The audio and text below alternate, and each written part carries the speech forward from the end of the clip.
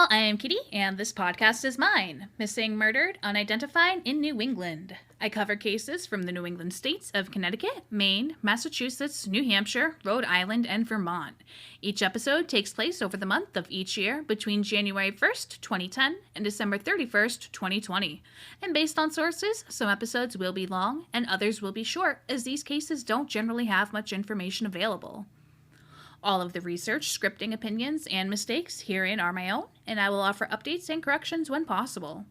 I do not offer trigger warnings for wounds as they are a necessary part of the narrative. I will trigger warn for such topics as suicide, animal death, domestic violence, etc. as needed.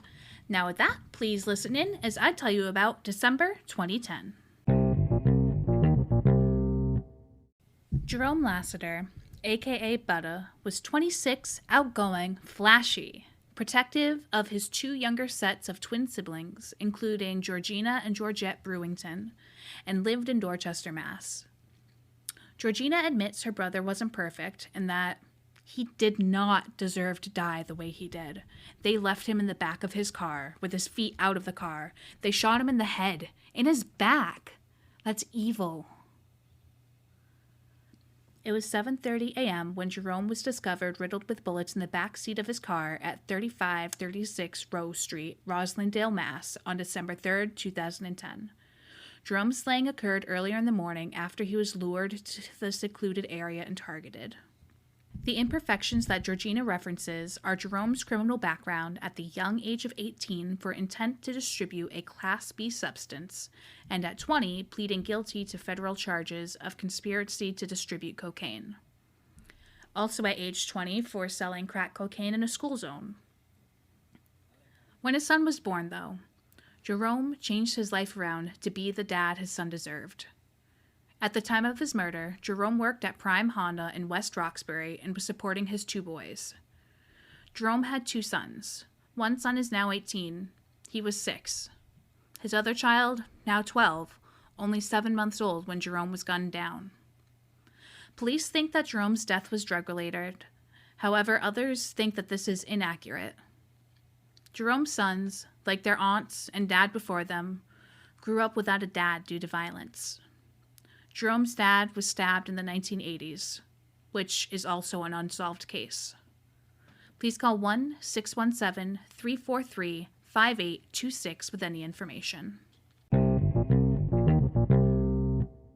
Donald Dee Sampson is a 42-year-old, 6'1", 165 to 175 pound black male with a great smile, black hair, and brown eyes.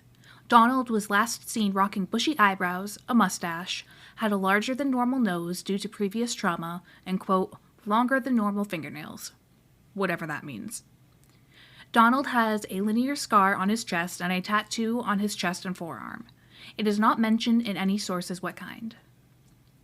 Dee was bald when he disappeared when he was 31, after he went missing either December 10th or December 12th, 2010, from the 200 block North Main Street near Oak in Randolph, Mass.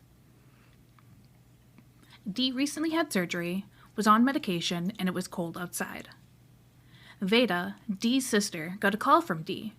She was unable to answer as she was picking her daughter up from the airport, so it went to voicemail. Unsure what that voicemail said. When Veda called back, Dee didn't answer.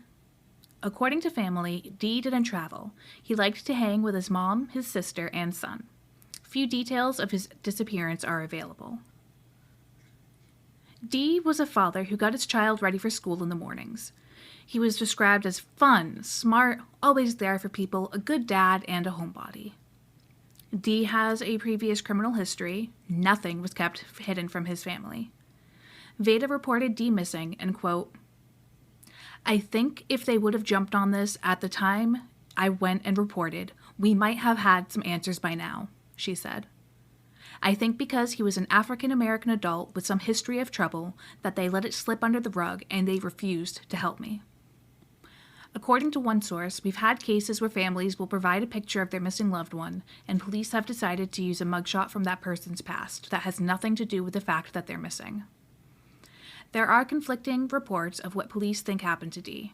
Some say that police told Veda that Dee was on the run and not missing. Others say police don't think that Dee's criminal past has anything to do with his disappearance. Police re-interviewed people who knew Dee, and cadaver dogs have been utilized and have searched various areas of interest. Veda said that they, the police, couldn't see beyond his skin color, as they initially told her to hire a private investigator, a service Veda is unable to afford. A quote from Veda that I 100% agree with is, "Just because you have a criminal record doesn't mean your life is worthless." Please call 1-781-963-1212 or 1-413-776-1364. We end the year of 2010 with 2 unidentified skulls that were discovered in a cardboard box in the basement of a Huntington Avenue, Boston, Massachusetts apartment building on December 15, 2010. One skull belonged to a 17 to 25-year-old white female, and the other belonged to a 30 to 50-year-old white male. These skulls may be medical or educational specimens. However, due to there not being supporting documentation to this theory, they are being treated as forensically significant until their origins are discovered. No physical descriptions are available.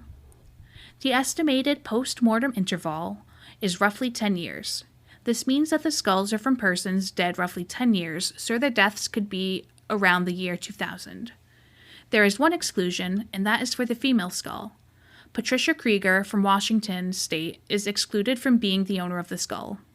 If you have any information, please call 1-817-718-7904. If you have any questions, concerns, complaints, please email me at minepodcast@gmail.com. All one word, and mine is spelled with 2 M's, 2 I's, 1 N, 1 E. Please include what your message is about in the subject line. Later, y'all!